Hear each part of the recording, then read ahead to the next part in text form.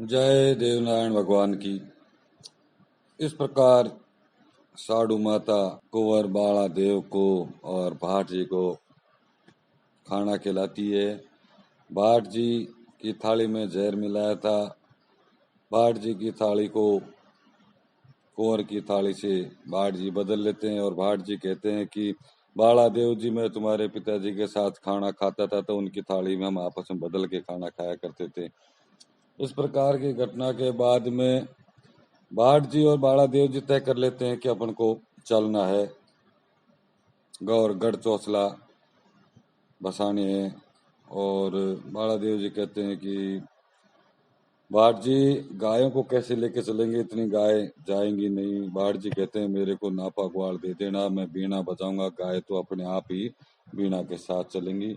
इस तरह की प्रोग्राम बना लेते हैं। और जब सुबह साडू माता को, मामियों को और मामाओं को पता चलता है कि बाला देव अब गढ़ चौसला जाएगा, नहीं रुकेगा, तो मामियाँ कहती हैं बाला देव जी, आपको उज्जैन का शहर पूरा दे देंगे और आधा देवास का राज दे देंगे। आप गढ़ चौसला, गढ़ गोठा को बसाने की जिद को छोड़ दो और हमारे नंदोई सवाई भोज की तरह आप भी जिद्दी मत बनो और मीठे मालवे में ही आप आराम से बसो। यहाँ आपको एक महल बनवा देंगे, उसमें चौपड़ के खेल लगवा देंगे, आप आराम से खेलो, आराम से महल में रहो और लीला घोड़ा पे सवारी करके आराम से घूमो और राज करो।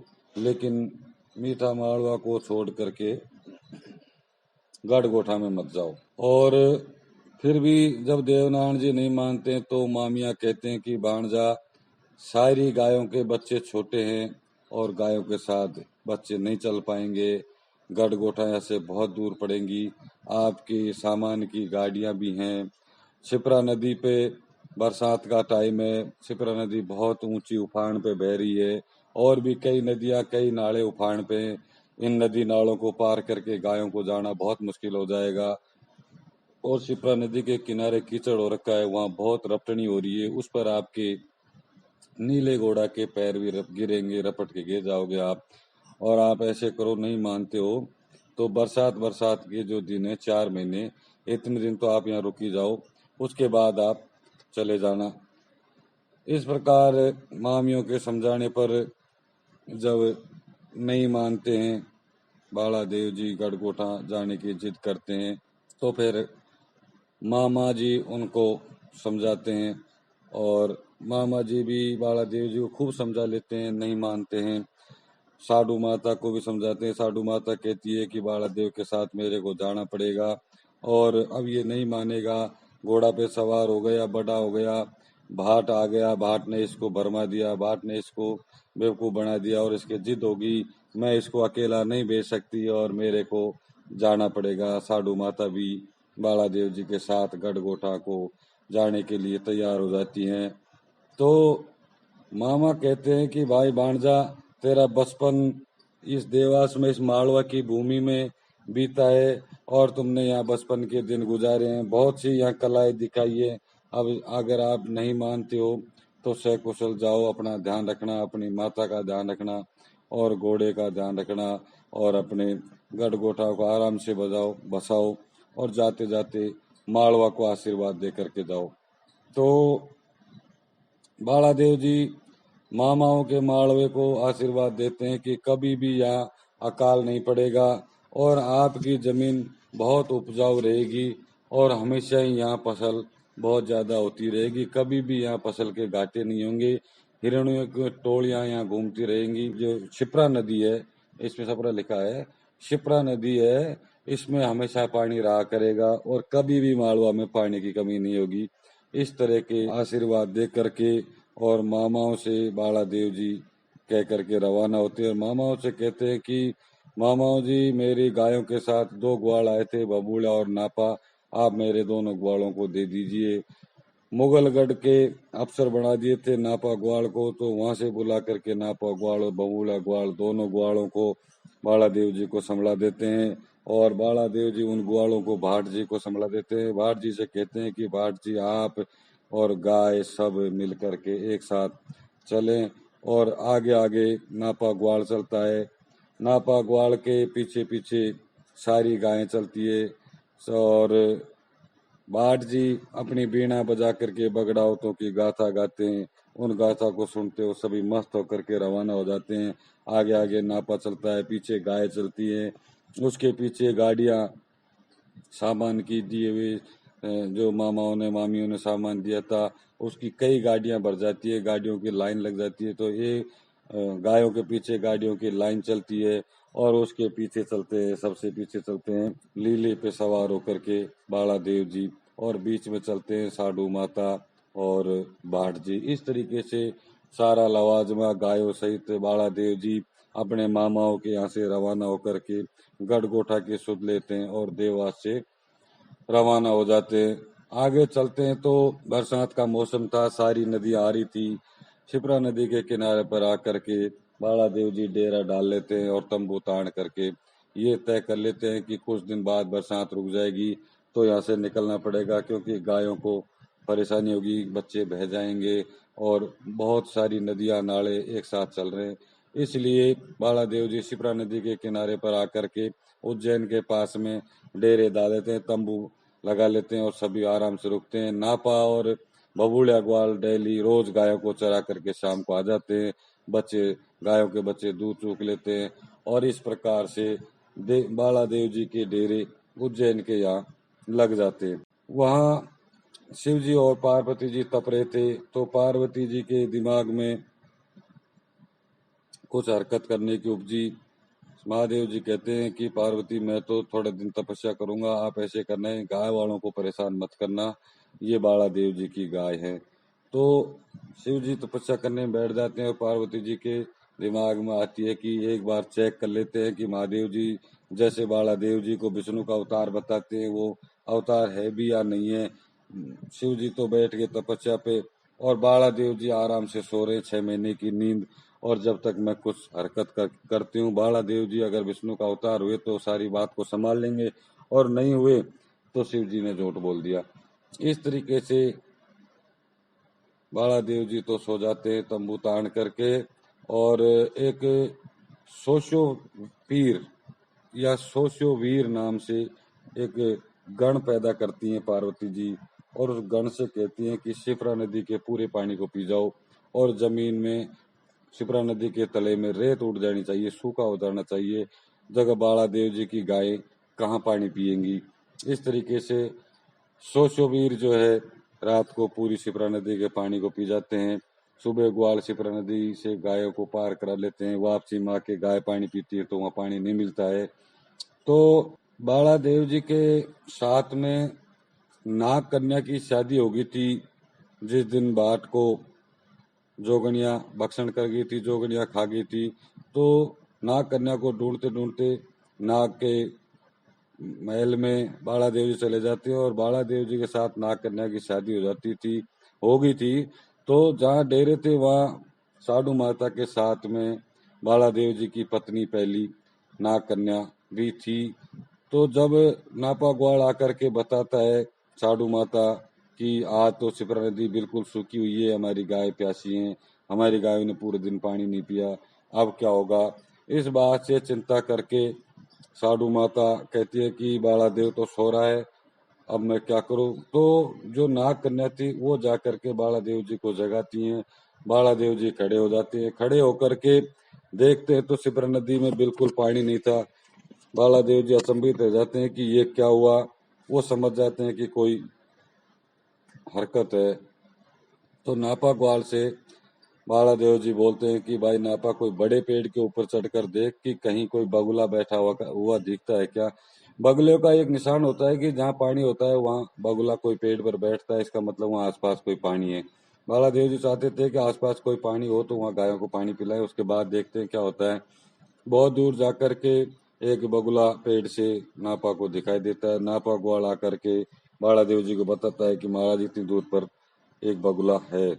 तो बाला देव जी कहते हैं कि ठीक है भाई नापा, अपनी गायों को शिप्रा नदी की तरफ मोड़ और मैं पानी की व्यवस्था करता हूँ। वहां से एक तीर चलाते हैं बाला देव जी, जहाँ पर बगुला था तो जो सोशाबीर था वो पानी को पी करके वहां पेड़ के नीचे बैठा हुआ था। जो वहां जाकर के बालादेव जी का तीर उसकी खोपड़ी में लगता है तो शिप्रा नदी का पानी वापस आ जाता है। क्योंकि शिप्रा नदी पार तो कर ही ली थी गायों ने, शिप्रा नदी के पार थी गाय, और वहां से पानी पी करके नापा ग्वाल गायों को रवाना कर देता है गढ़गोटा की तरफ, और पीछे पीछे गाड़ियां रवाना होकर के और बाला देव जी का लवाजमा गढ़गोटा के लिए चल देता है। रात में रुकते, जितनी दूर गाय चलती उतने दूर चलते, फिर डेरा डालते इस तरीके से गढ़गोटा की तरफ बाला देव जी का लवाजमा चलता हुआ आ रहा है। और जैसे ही गढ़गोटा की जो धरती थी, उनका जहाँ तक उनकी सीमा थी पहले, उस जगह पे आते आते बाला देव जी कहते हैं, भाट जी मेरे को यहाँ के पेड़ बहुत अच्छे लग रहे हैं, मेरे को ये धरती पीली है, यहाँ की धरती बहुत अच्छी लग रही है, ऐसा क्या कारण है कि मेरे को यहाँ आके बहुत अच्छा महसूस हो रहा है। तो बाला देव जी से भाट जी कहते हैं कि बाला देव जी ये तुम्हारे बुजुर्गों की धरती आ गई है, इसमें तुम्हारा लगाव होना स्वाभाविक है।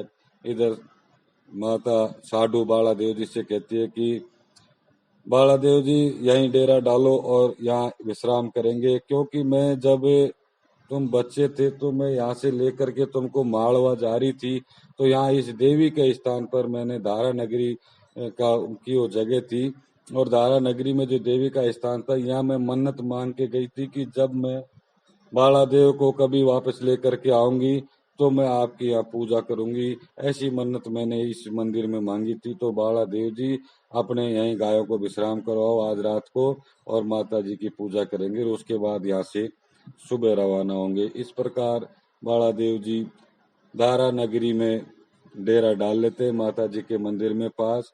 और धारा नगरी में जय सिंह गुर्जर पंवार गोत के थे, उनका राज था। जो जय सिंह गुर्जर थे धारा नगरी के, उनका राज था, वह माता जी का मंदिर था। वहां गढ़गोटा में आते हुए डेरा डाल लेते माता जी की पूजा के लिए। जो मध्य प्रदेश के और राजस्थान के बॉर्डर पर देवनारायण जी डेरा डाल लेते हैं, और उस नगरी का नाम धारा नगरी था। धारा नगरी का जो राजा था जय सिंह गुर्जर था, उसका गोत्र पंवार था। वहां रात को डेरा डाल लेते हैं। उसी देवी की पूजा करने के लिए जय सिंह राजा की पुत्री सुबह सुबह देवी की पूजा करने के लिए आया करती थी, और उस पुत्री का नाम था पीपल दे। पीपल दे वही थी जो रानी जयंती का अवतार थी। नेतु गुजरी ने उसको श्राप दिया था कि तेरे को हमारे कुल की बहू बन करके हमारे कुल की सेवा करनी पड़ेगी, और तेरे सिर में सींग होंगे, तू आंखों से अंधी होगी, और तेरे कोड़ फूटे होंगे। इस तरह के श्राप दिया था नेतु गुजरी ने। वही पीपल दे जय सिंह की पुत्री के रूप में जन्म लेती है, और वो धारा नगरी में रहती है। और उसी धारा नगरी में मामाओं के मालवा से आते समय बॉर्डर पर देवनारायण जी अपने डेरे डाल देते हैं। रात को देवनारायण जी दूध और पानी से स्नान कर रहे थे, तो शरीर पर जैसे दूध और पानी मिला हुआ गिरता था तो वो अलग अलग हो जाता, दूध और पानी अलग अलग हो जाता था। और नहा धो करके सभी लोग डेरे में सो जाते हैं, और सुबह जल्दी उठ करके देवनारायण जी माता जी के मंदिर में जाते हैं, और माता जी के एक लात देते हैं। माता जी पाताल सिधार जाती हैं, और मंदिर में गले में नाग लपेट करके और सांप का आसन बना करके देवनारायण जी उस मंदिर में विराजमान हो जाती हैं। और सुबह हाथी पे बैठ करके राजा जय सिंह की पुत्री पीपल दे माता जी की सेवा के लिए आती है। उस दिन माता जी की जगह बाला देव जी विराजे हुए मिले। क्योंकि पीपल दे को दिखता नहीं था, इसलिए वो जैसे ही मंदिर में आकर के अपना ढोक देती है, और उसकी दोनों आंखें सही हो जाती है, उसकी आंखों से दिखने लग जाता है। और वो सामने क्या देखती है कि वहाँ बाला देव जी सांप के आसन के ऊपर बैठे हुए, और गले में एक सांप है, एक हाथ में कमल है, और दोनों तरफ काला गोरा भैरू जी है। क्योंकि पीपल दे ने तो पहली बार आंखें खुली थी, तो उसने इसी रूप में उनको देखा था। और जो उसके हाथीवान और जो सेना के लोग राजकुमारी के साथ आते थे, उन्होंने कहा कि भाई जी आज इस मंदिर में माता जी की जगह कोई देव बैठा हुआ है। और दिन आप आती थी तो माता जी की मूर्ति होती थी, आज यहाँ साक्षात देव जी बैठे हुए। तो पीपल देव कहते हैं कि भाई माता जी की मैं सेवा करती थी, ये बात ठीक है, लेकिन मैंने जिसके दर्शन पहली बार किए हैं वो ये बाला देव है और मैं इससे शादी करूंगी। इस तरीके की बात पीपल देव कहती है। बाला देव जी पीपल देव से कहते हैं कि आपकी आंखें ठीक होगी और ये देखो आपके सींग भी सिर से गायब हो गए। थोड़ी देर बाद उसके सींग भी सिर से गायब हो जाते हैं, वो बिल्कुल ठीक हो जाती है और वो पक्की जिद कर लेती है कि मेरे को आपसे शादी करनी है। बाला देव जी उसको समझा बुझा के भेजते हैं कि शादी का काम बुजुर्गों का है, बड़ों का है, आप अपने माता पिता को जा करके बताइए, अगर वो चाहेंगे शादी करना चाहेंगे तो मुझे कोई दिक्कत नहीं है। इस तरीके से पीपल देव पूजा करके वापिस अपने महल में चले जाती है और अपने माता पिता को सारी घटना से बताते हैं और हाथीवान और जो साथ में सेना के लोग आए थे वो भी राजा को सारी बात बता देते हैं।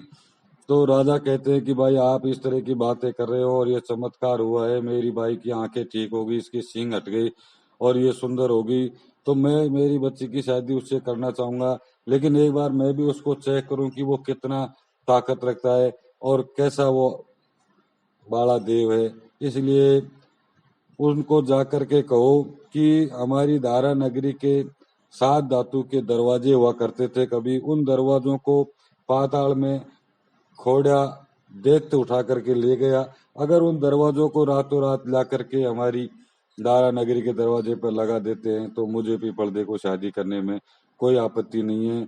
इधर पीपलदे कहती है कि अगर वो दरवाजे नहीं लेकर के आते हैं और आप शादी नहीं करेंगे तो मैं जहर खा के मर जाऊंगी। तो जय सिंह जी उनको परखना चाहते थे, इसलिए बालादेव जी के पास ये समाचार आते हैं और बालादेव जी अपने घोड़े पे सवार होकर के काला गोरा भैरव जी को साथ लेकर के पाताल लोक रवाना हो जाते हैं। पाताल लोक में जाकर के वहाँ पता लगाते हैं कि घोड़ादित्य से जाकर के घोड़ादित्य के जो चौकीदार थे वहाँ भी वो भी वहाँ के राजा थे पाताल के, तो उनसे जाके पूछते हैं तो वो घोड़ादित्य के बारे में बताते हैं कि महाराज आप यहाँ से चले जाओ, घोड़ादित्य बहुत भयंकर है, वो आते किसी भी मानव को छोड़ता नहीं, वो खा जाता है। और उस चौकीदार से सारे समाचार लेकर के बालादेव जी घोड़ादित्य से सीधे जा भिड़ते हैं। घोड़ादित्य से कहते हैं कि भाई घोड़ादित्य धारा नगरी के जो दरवाजे लेकर के आया था वो दरवाजे मेरे को दे दे।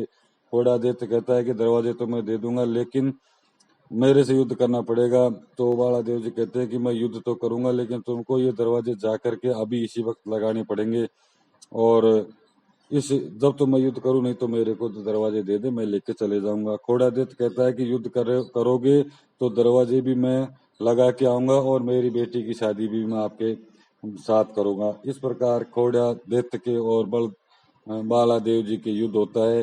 बालादेव जी युद्ध में जीत जाते हैं। घोड़ादित्य रातों रात जाकर के दारा नगरी के दरवाजे लगा देता है और दारा नगरी के दरवाजे लगाने के बाद में घोड़ादित्य कहता है कि मैं मेरी पुत्री की शादी आपके साथ करूंगा। बालादेव जी कहते हैं कि मैं 4 दिन बाद ये शादी करूंगा, अभी मुझे जाना पड़ेगा। सुबह आकर के बालादेव जी अपनी डेरे में आ जाते हैं।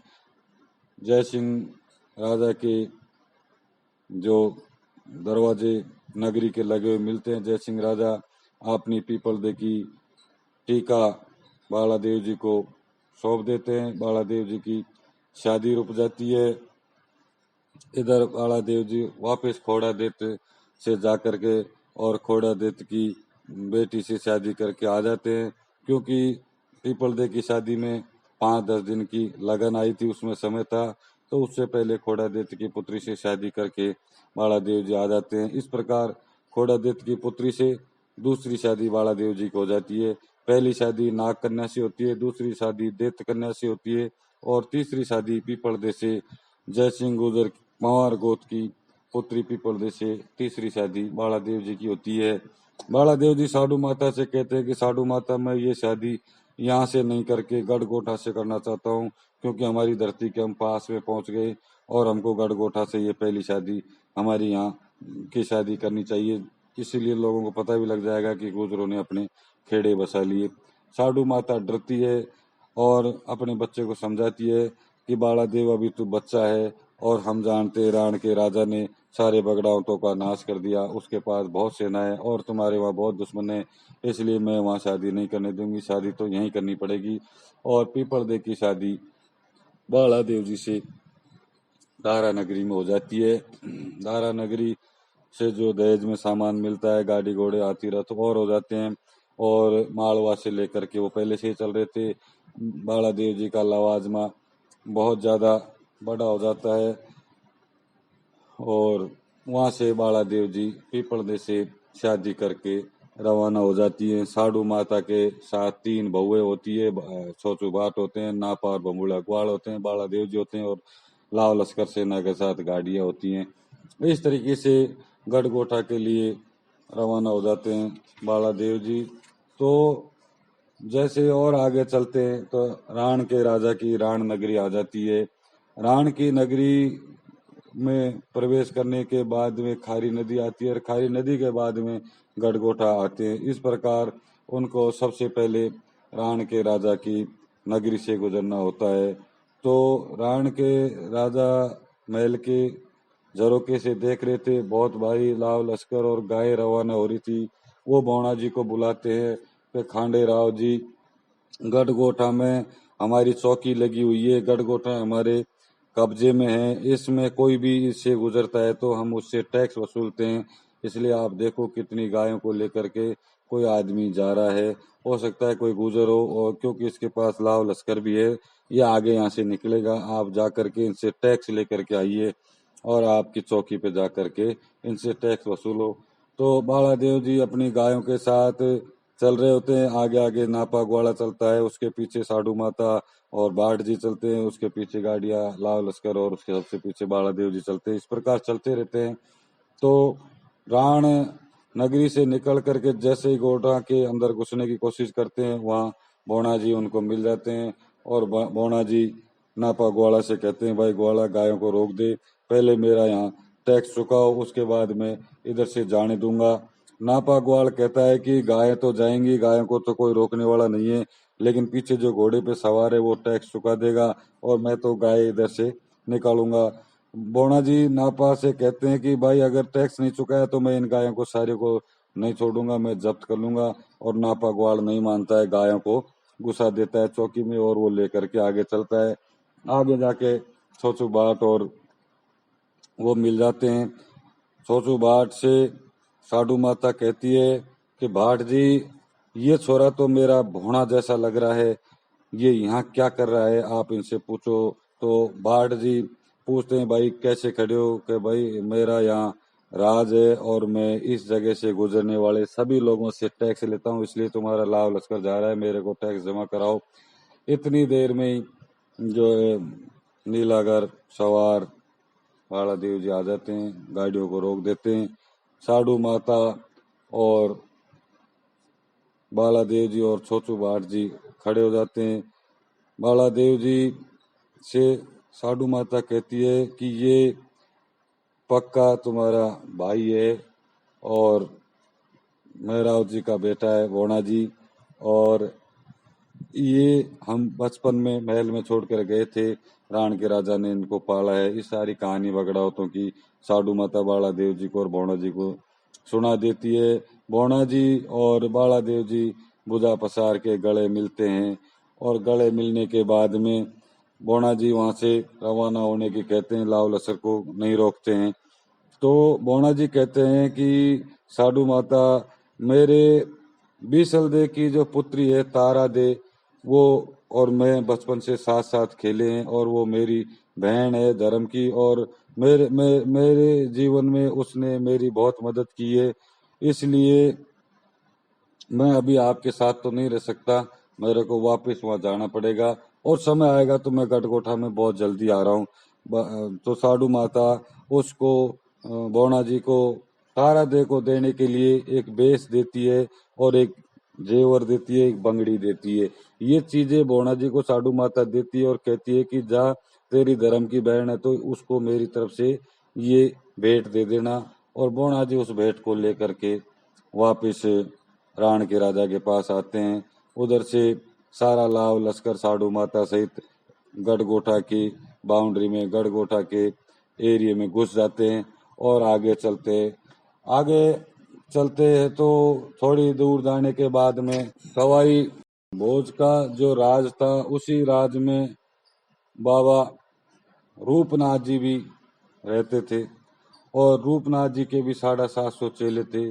तो जो खारी नदी का तटीय स्थान था उस पर जितनी भी जगह थी उस तटीय जगह का मैदानी क्षेत्र का टैक्स जो है गुरु रूपनाथ जी लेता था और उस टैक्स को लेने के लिए रूपनाथ जी ने वहाँ चेलों को झोपड़ी डाल रखी थी, वहीं तपस्या करते थे, वहीं बागों में पानी देते थे और वहीं रहते थे। और उस तपस्या करने वाले चेलाओं का जो सेनापति था, जो बड़ा चेला था, वो कान बांगी था। कान बांगी वही है जो नेतू गुजरी ने पेट चीर करके गुरु रूपनाथ जी को सौंप के गई थी। वो बड़ा हो जाता है और मैदानी क्षेत्र की रखवाली करता है और वहाँ बागों की रखवाली करता है, बागों में पानी देता है और जो मैदानी क्षेत्र से कोई गुजरता है उससे टैक्स वसूल करता है। तो आगे जब लाव लश्कर जाता है तो वहाँ उसको बाबा गुरु रूपनाथ के चेले मिलते हैं। गुरु रूपनाथ के चेले उस लाव लश्कर को रोक देते हैं और वो कहते हैं कि इस जगह से गुजरने वाले को बाबा रूपनाथ का टैक्स देना पड़ेगा। इस तरीके से सारे लाव लश्कर को वहां रोक देते हैं।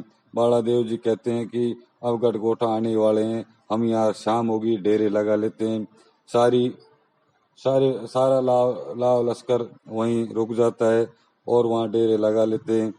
चेले टैक्स मांगते हैं। नापा कहता है कि खारी नदी तो हमारी है, हमारी गाय यहाँ चरती थी, मैं यहाँ कोई टैक्स नहीं दूंगा। अगर टैक्स लेना है तो पीछे जो घोड़ा का सवार है उससे जा करके टैक्स लो। खारी नदी के किनारे गायों को छोड़ देता है नापा ग्वाल और छोचू बाट गायों के साथ ही नापा ग्वाल और छोचू बाट घूमते रहते हैं।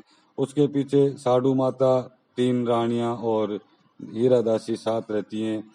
हीरा दासी से कहती है साडू माता की हीरा दासी नदी में से एक घड़ा पानी भर के ला और ये पता लगा कि ऐसा कौन सा चेला है बाबा रूपनाथ का जो हमसे टैक्स ले रहा है, उसको देख करके आ। उधर बाला देव जी अपने डेरे लगाने में, तंबू लगाने में मस्त हो जाते हैं। सारी गाड़ियों को रुकवा देते हैं और बैलों को खुलवा देते हैं कि रात को वहीं रुकने के लिए डेरे लगाते हैं। तो हीरा दासी जब जा करके देखती है तो वहाँ उनको खान बांगी मिलता है और हीरा दासी पानी भर के लेके आ जाती हैं और आकर के साडू माता से कहती हैं कि साडू माता आप बुरा मत मानना, मेरे को ऐसे लगता है कि कोई बगड़ावतों के वंश में से बाबा जी बन गया और ये बाबा जी है जो टैक्स ले रहा है। साडू माता हीरा दासी से लड़ती है कि हीरा दासी 3 पीढ़ी तो मैंने देखी है, बाघ जी की और बड़ बगड़ावतों की, और दोनों जो बच्चे नेवा के थे, जग्गा और जगरूप, ये तीनों पीढ़ी तो मेरे सामने खत्म हो गई। कोई भी इनमें से बाबा जी नहीं बना। तो झूठ भी बोलती है, मैं तेरी जीभ कटवा दूंगी और सांभर का नमक भरवा दूंगी उसमें। लेकिन हीरा दासी कहती है कि साडू माता मेरी नजरें कमजोर नहीं हो सकती, ये जो बाबा गुरु रूपनाथ का चेला है और चेलाओं में जो बड़ा है उसको मैंने देखा है, इसमें 3 निशानी तो तुम्हारी नेतू गुजरी की मिलती है और 2 निशानी इसमें नेवा जी की मिलती हैं। इसकी आंखें, नाक और ललाट नेतू गुजरी का जैसा है और इसकी चाल और भाषा ये नेवा की जैसी है। ये आप मानो मत मानो, ये बगड़ावतों का ही कोई है जो यहाँ साधु बन गया। इस बात को सुन करके साधु माता को तुरंत याद आ जाती है कि बिल्कुल यहाँ हम एक बच्चे को देके गए थे गुरु रूपनाथ जी को, आज वो बच्चा बड़ा हो गया होगा। साधु माता जाकर उस बच्चे को देखने की कोशिश करती है, जब तक चेला वहां से रवाना होकर के गुरु रूपनाथ जी की धूनी पे पहुंच जाता है, क्योंकि शाम को सब चेला गुरु जी की धूनी पे पहुंच जाते थे। साधु माता पहुंचती है तो कान भांगी उसको खारी नदी के किनारे पे नहीं मिलता है। जब साधु माता और हीरा दासी गुरु रूपनाथ जी की धूनी की तरफ रवाना होती है तो गुरु रूपनाथ जी की धूनी पे जाकर के साधु माता गुरु जी को डोक प्रणाम करती हैं। जैसे ही गुरु जी को डोक प्रणाम करती हैं तो गुरु जी नाराज हो जाते हैं। गुरु जी कहते हैं कि साधु बहुत दिन में दर्शन दिए और मेरे को बगड़ावतों की बहुत याद आई, तुमने आज तक मेरे कोई सार संभाल नहीं की। और गुरु जी की और साधु माता के बातचीत होती है।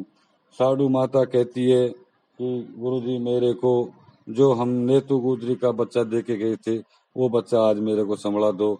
हम गढ़गोठा में आ गए हैं और गढ़गोठा को बसाएंगे और गढ़गोठा को बसाने का कोई बढ़िया सा मुहूर्त भी निकाल दीजिए। गुरुजी कहते हैं कि साधु मैंने उस चेले को बहुत मुश्किल से पाला है, तू तो उसको पाल भी नहीं पाई, उसको छोड़ के भाग गई और मैं उसको अब देना नहीं चाहता हूँ।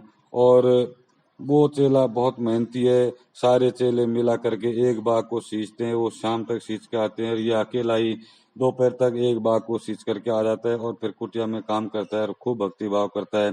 मैं उस चेले को तेरे को नहीं दूंगा और अगर तू नहीं मानती है तो ऐसे कर, मैं चेलाओं को बुलाता हूँ, तू पहचान ले तेरा कौन सा बच्चा है। साधु माता 100 चेलों में से खड़ा कर देते हैं गुरुजी और कान बांगी का हाथ पकड़ लेती है कि गुरु रूपनाथ जी ये नेवाजी का बच्चा है और मैं इसको लेके जाऊंगी। गुरु रूपनाथ जी कहते हैं साधु तेरी बहुत अच्छी मजबूत पकड़ है, जिस बच्चे को तूने देखा नहीं उसको तूने इतने बड़े को पहचान लिया, धन्य है तू साधु माता। इस प्रकार कह करके साधु माता गुरु रूपनाथ जी से कहती है कि महाराज मैं इस बच्चे को लेके जाऊंगी और अब जो गढ़गोठा में हम किस दिन प्रवेश करें उसका मुहूर्त बता दीजिए। गुरु रूपनाथ जी आषाढ़ की पूनम का मुहूर्त बता देते हैं। साधु माता गुरु रूपनाथ जी को उस दिन वहां पधारने के लिए निमंत्रण देती हैं और कहती हैं कि आप हमेशा ही गढ़गोटा में रहें, मैं आपको दूध बूरा पिलाऊंगी, आपके चेलाओं की सेवा करूंगी, मेरे पास बहुत गाय हो गई हैं। और इस तरीके से साधु माता और गुरु रूपनाथ जी बात करते हैं। अब मैं आपको अगले एपिसोड में बताऊंगा कि गढ़गोटा को किस तरीके से बसाते हैं और सभी भाई किस तरीके से मिलते हैं। जय श्री देवनाथ।